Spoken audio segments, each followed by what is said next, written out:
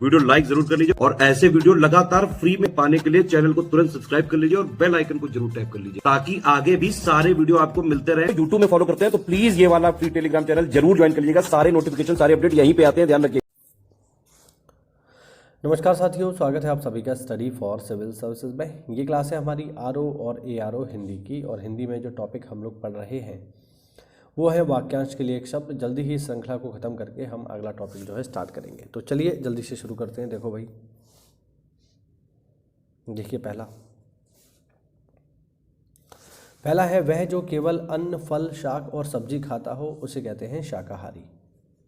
अगला, जहाँ से शब्द होता है और वहीं पर बाण मारा जाए उसे कहते हैं शब्द भेदी। ठीक। सोने का कमरा कहलाता है शयनागार। चंद्रमास का वह पक्ष जब चंद्रमा के दर्शन होने लगते हैं यह है शुक्ल पक्ष। थोड़ा सा इनमें से पढ़ चुके हैं हम पिछली क्लास में, कोई बात नहीं, रिवीजन कर लो।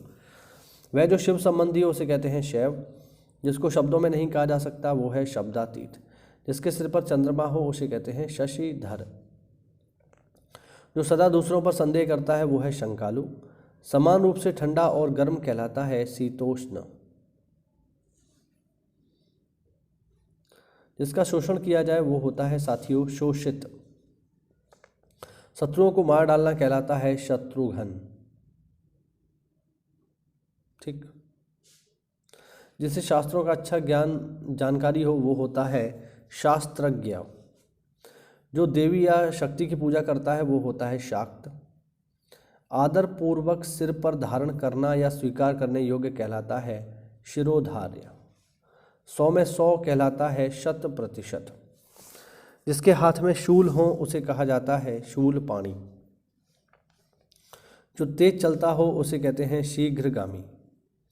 वह जिसके ऊपर शासन हो वो कहलाता है शासित। जो सुनने योग्य हो उसे कहते हैं साथियों श्रव्य।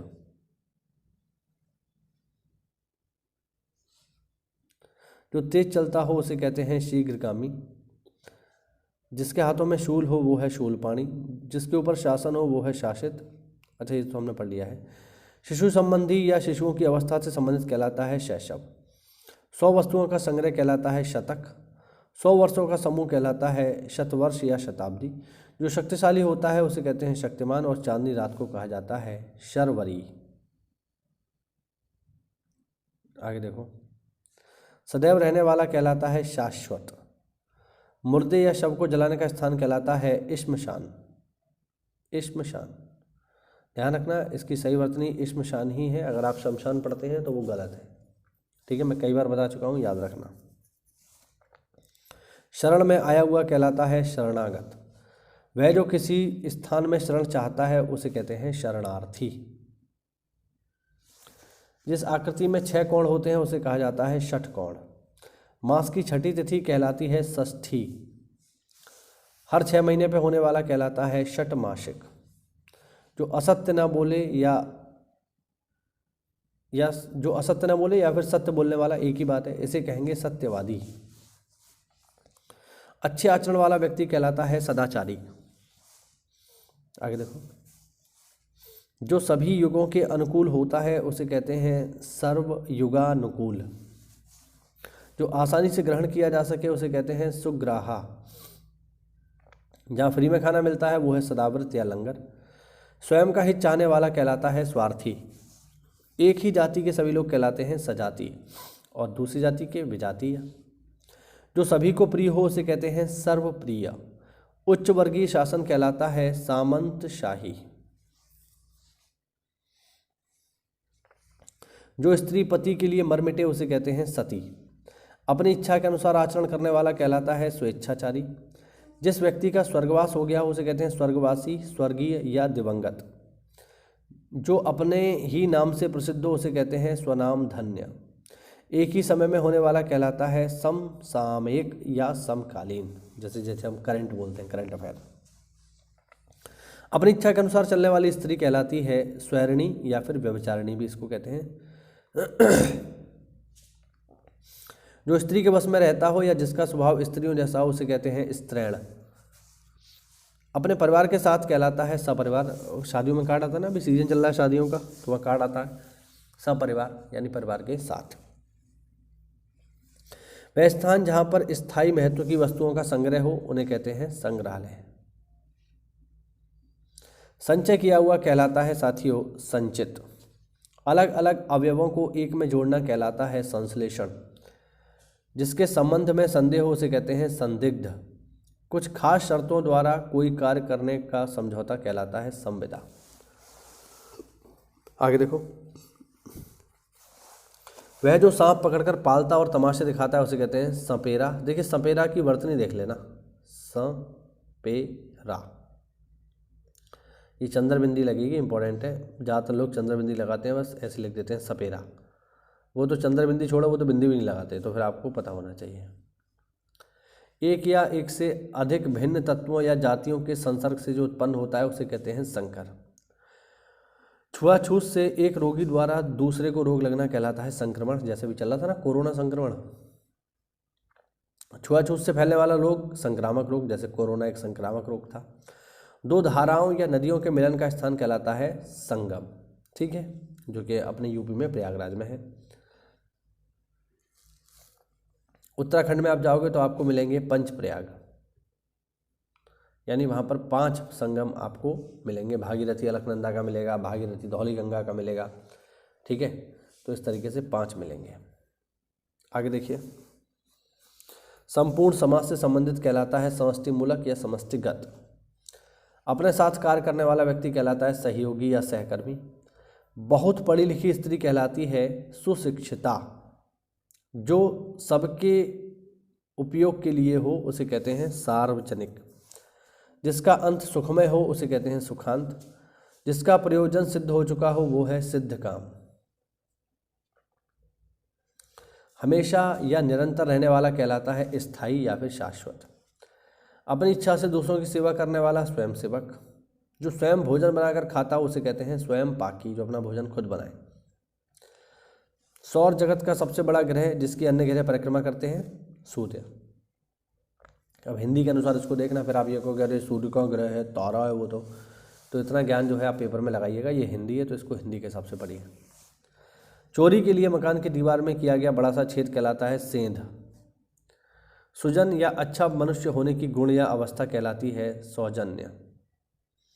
मनुष्य का किसी विशेष विषय पर विचार करने के लिए मिलन कहलाता है सम्मेलन। जो दाएं और बाएं हाथ दोनों से काम करता हो उसे कहते हैं सव्यसाची, और ये पर्यायवाची है सव्यसाची अर्जुन का।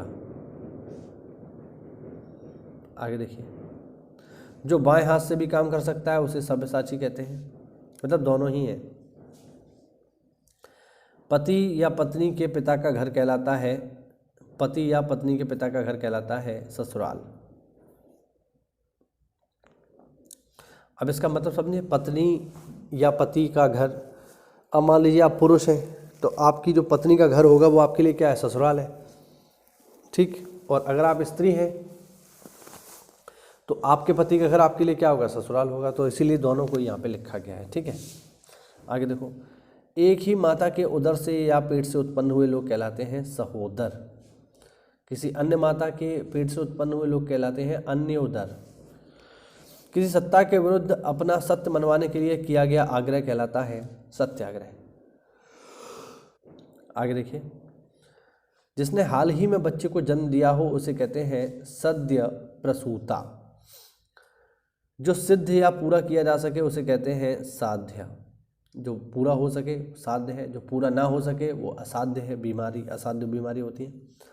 खली में सान कर दिए जाने वाला चारा कहलाता है सानी। वर्तमान समय या ठीक समय पर होने वाला कहलाता है सामयिक। मांस से युक्त कहलाता है सामिश।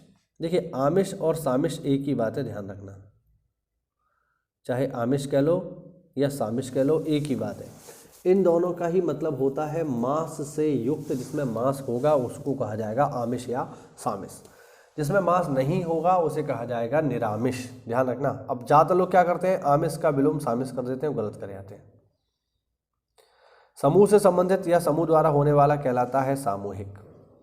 संदेश ले जाने वाला कहलाता है संदेश वाहक। उसी समय में होने वाला या रहने वाला कहलाता है समकालीन। जो सबको समान भाव से देखता हो उसे कहते हैं समदर्शी। जो एक स्थान से हटाकर दूसरे स्थान पर भेज दिया गया हो उसे कहते हैं स्थानांतरित। जिसमें स्नान किया जा सके उसे कहते हैं स्नानानीय। ठीक है, स्नानानीय। जो एक जगह से दूसरी जगह पर ना ले जाया जा सके उसे कहते हैं स्थावर। स्थावर का विलोम होता है जंगम, ध्यान रखना, जंगल नहीं है, जंगम है। संबंध की दृष्टि से किसी के पुत्र या पुत्री का ससुर कहलाता है समधि। जिसका समर्थन किया गया हो वो है समर्थित। चंद्रमास के किसी पक्ष की 7वीं तिथि कहलाती है सप्तमी। 7 दिनों की अवधि कहलाती है सप्ताह। सभ्य होने की अवस्था या गुण कहलाती है, मतलब सभ्य होने की अवस्था कहलाती है सभ्यता। जो अपनी पत्नी या जिसकी पत्नी जिंदा हो उसे कहते हैं सपत्नीक। जो अपनी पत्नी के साथ है वो सपत्नीक है, जिसकी पत्नी उसके साथ नहीं है वो विपत्नीक है। ध्यान रखना, हम ऊपर पढ़ चुके हैं। बहुत पढ़ी लिखी स्त्री कहलाती है सुशिक्षिता। सुशिक्षिता। अच्छी आंखों वाली स्त्री कहलाती है सुनैना। सु माने बढ़िया और नैना माने आंखें। आगे देखो, सब भूमि या सब देशों में होने वाला कहलाता है सार्वभौम। साहित्य से जो संबंधित होता है उसे कहते हैं साहित्यिक। जिसका गला अच्छे स्वर का होता है उसे कहते हैं सुकंठ। अच्छा, यहाँ पर एक चीज़ और जान लो, जिसकी गर्दन सुंदर होती है। अब जैसे किसी का गला सुंदर है, गला से मतलब बाहरी गले की बात नहीं हो रही है कि ऊपर से गर्दन काली है कि गोरी है। यहाँ पर गले का मतलब है उसकी आवाज़। तो आवाज़ अगर सुंदर है तो हम कहेंगे सुकंठ। लेकिन अगर किसी की गर्दन सुंदर हो, अंदर से नहीं बाहर से, तब उसके लिए सुकंठ शब्द नहीं आएगा, तब उसके लिए आएगा सुग्रीव। सु माने सुंदर, ग्रीव माने गर्दन। तो अगर किसी का गला सुंदर है, अंदर से आवाज़ सुंदर है, तो वो होगा सुकंठ। और अगर किसी की गर्दन सुंदर है बाहर से देखने में, रंग रूप में, तो वो कहलाएगा सुग्रीव। दोनों का अर्थ और इनका प्रयोग अलग अलग है, तो थोड़ा सा ध्यान रखना। आगे देखो, जो सुख देता हो वो है सुखद। किसी काम में दूसरे से आगे बढ़ने की प्रबल इच्छा कहलाती है स्पर्धा। जो स्मरण रखने योग्य हो वो है स्मरणीय। जो आप से आप उत्पन्न हुआ हो, यानी जो अपने आप उत्पन्न हुआ हो। स्वयंभू, जैसे ईश्वर को स्वयंभू कहा जाता है क्योंकि ईश्वर का कोई पिता नहीं होता है, मतलब ऐसा माना जाता है।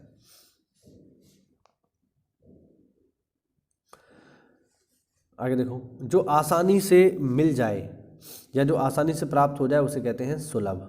ठीक है, सुंदर हृदय वाला कहलाता है सुहृदय। जो संसार का संहार करता हो वो है संहारक, भगवान शिव। जिसकी ग्रीवा यानी गर्दन सुंदर हो वो है सुग्रीव। जिसकी ग्रीवा सुंदर हो, मैंने अभी ऊपर बताया आपको। जो सर्वशक्ति संपन्न हो उसे कहते हैं सर्वशक्तिमान। जो सरों में जन्मता हो वो है सरसिर। अब यहाँ पर ये मत सोच लेना कि सर मतलब खोपड़ी। हो सकता है आप लोग ऐसा सोच लो, भाई सोचने में क्या है, हो सकता है लिखा है सरों में उपस्थित हो, यानी बहुत सारे सर एक साथ हों तो वो होगा सरसिर। नहीं, ऐसा नहीं है, इसका सेंस खोपड़ी से नहीं है। यहाँ पे सर का मतलब है तालाब। ठीक है, तो जो तालाब में जन्मता है वो है सरसिज, और यहाँ पर सरसिज का मतलब हो गया कमल। ध्यान रखना, ये सरसिज का अर्थ क्या है यहाँ पर, कमल। इसको खोपड़ी में समझ लेना कि किसी की खोपड़ी की बात हो रही है यहाँ पे। जो सब कुछ खाने वाला हो वो है सर्वभक्षी। सिंह का बच्चा कहलाता है साथियों शावक। सेना का संचालक कहलाता है सेनापति। पसीने से उत्पन्न होने वाला स्वेदज होता है, ध्यान रखना। अंडे से उत्पन्न होने वाला कहलाएगा अंडज। ठीक,